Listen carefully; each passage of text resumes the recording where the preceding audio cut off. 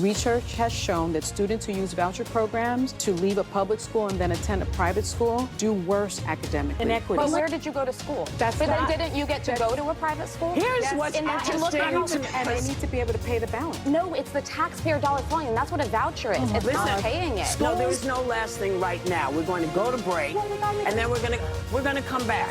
The women on The View are fighting again while the left just continues to implode from within after Trump's amazing victory. But in today's episode, Sunny Hostin gets fact-checked live by her co-host Alyssa Farah on just school choice in general, because Sunny Hostin, out of every single co-host on The View, has been freaking out ever since her hoe-in-chief didn't win the presidency. We'll get right into it. By the way, make sure you like today's video, subscribe. I post 2 new videos every single day. And what happens with vouchers, the studies show very clearly that they fund students who are already attending private schools. So people with money get those vouchers, use the vouchers to pay less for their private schools, and their kids go on to do well. Where do you get the money from vouchers? You pull those money from those poor schools, those poor schools. Let me just finish this. So wealthy families are overwhelmingly the recipients of school voucher tax credits. I'm not making this up. This has been studied. In 2020, a 2020 study found that only about half of states with voucher programs require teachers to have a bachelor's degree, require teachers to have training, require teachers to have licensing, require participating private schools. If I may get in, just to make it a conversation. But because I have children and because I looked at private schools. I went to public school. I believe you got to go to private school. There is zero statistical significance. You got to go to private school. Because nobody can figure out what's being said here right now. No, there is no last thing right now. We're going to go to break, and then we're gonna come back. So if you've been following along, basically, Sunny Hostin is going against charter schools and school choice in general because she doesn't think there's any net benefit to anyone. She thinks it's taking away from public schools. So she just is saying all these things, says there's no benefits at all from school choice, and Alyssa has to fact check her and kind of call her out because Alyssa said, hey, didn't you go to private school? You got that luxury? Because Sunny Hostin has like no like stats or anything really to back up what she's saying. She's just, you know, talking based on her lived experience. So Alyssa correctly and validly like totally calls her out on this BS. Like, hey bitch, you went to private school. You had that luxury. Not everyone else can afford that. So this is better that the tax credits can follow the students. Let's get back to it because it gets heated. And by the way, if you like videos like this, make sure you subscribe. I only worked on the DC Opportunity Scholarship Program when I was working in Congress. In that program alone, which is a charter school system, it experienced a 21% increase in graduation rates. There are conflicting statistics, but according to Morning Consult, the majority of Americans support health savings account, vouchers, and the taxpayer money following the students. It is my belief as somebody who grew up in the public school system, believes in it, and was grateful to be in a really good school district.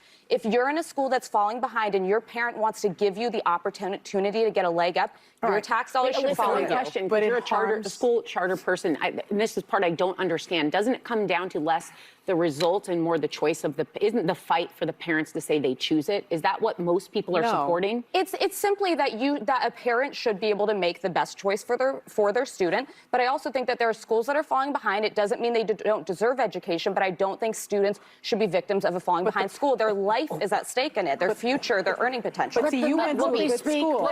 I wasn't in a good school district. That's the inequity. But where did you go to school? The South. In the South, I had to start school in the South Bronx projects. That's but then didn't you get to go to a private school? Here's what's interesting. And as you see, like, notice lately, the tensions between Alyssa and Sunny have just been increasing day by day. Yes, everyone on the panel hates Trump, of course, but Alyssa is just like a never Trump Republican, whereas Sunny Hostin is like a freaking major race hustler, racist, you know, just woke, like the wokest of them all. So obviously they're going to continue battling it out. And I don't like Alyssa. I don't like how she betrayed Trump, but I do respect her for calling Sunny out on her BS, okay? Gotta give her some credit. I do want to be very clear-eyed about the policies. And so the last point that I was going to make is there is zero statistical significance that voucher programs improve overall student success. In fact, it's quite the opposite. Research has shown that students who use voucher programs to leave a public school and then attend a private school do worse academically. You should not, your education should not be tied to where you live. Should not be tied to your no. Yeah, that's literally what the main argument for school choice is. Sunny has no idea what she's talking about. She's only basing her views off her little lived experience of being a privileged woman. No, it's actually not, because it is. It literally is, Sunny. That is the argument for busing. But what happens with, it's an argument for busing, not school choice, because what happens is when you live in an impoverished neighborhood like I lived in, you do not get the funding. The funding under a voucher program is taken away from your school and given to another school. But on the flip side of that very same argument is why school choice advocates say your zip code should not determine your outcome. You should, there's this great school, Duke Ellington in D.C. It's a performing arts school. That's a great It brings school. kids from parts of D.C. that are falling. Wait, did you just see Joy's face? Hold on, I need to show you guys this again. Joy's like, huh? These kids from parts of D.C. that are falling behind, but if they can get in, they're performing arts school. It brings kids from parts of D.C. that are falling behind, but if they can get in, their life can be completely wonderful. But you just said the magic word. Well, they need to have parents who are involved. They need to, well, not even. And they need to be able to pay the balance. And they can't. No, it's the taxpayer dollar falling, and that's what a voucher is. It's not paying it. Schools. People have to pay attention to our kids, and they don't. What a easy cop-out of Whoopi to say that, oh, we need to pay attention to our kids and no one's doing it. It's like, no, you don't have anything of value to actually say in this conversation, so you're just going to say a blanket statement that obviously everyone agrees with. It's lazy to say the least. So Whoopi actually had to cut off the segment because it was going too long and getting too heated. So let me take you to what they say after the break.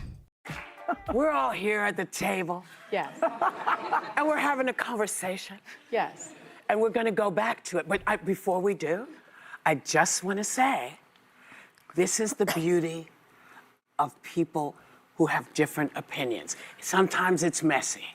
Sometimes we're messy. And I don't know if you noticed that when I came out this morning, I had trouble trying to figure out, because there was nothing in the thing. There's something in the air. So just know something is true. Yeah, it's called You're Just Stupid. You know what's in the air, Whoopi? What's Trumpism. We lost the election. It's always Trump's fault, always. Classic. Wait a minute. We lost the election. We're miserable. Half of this. You are miserable. You a bunch of miserable, ugly women. Besides Alyssa. Alyssa's pretty and the blonde's kind of pretty too. I'll give her that. Country is miserable.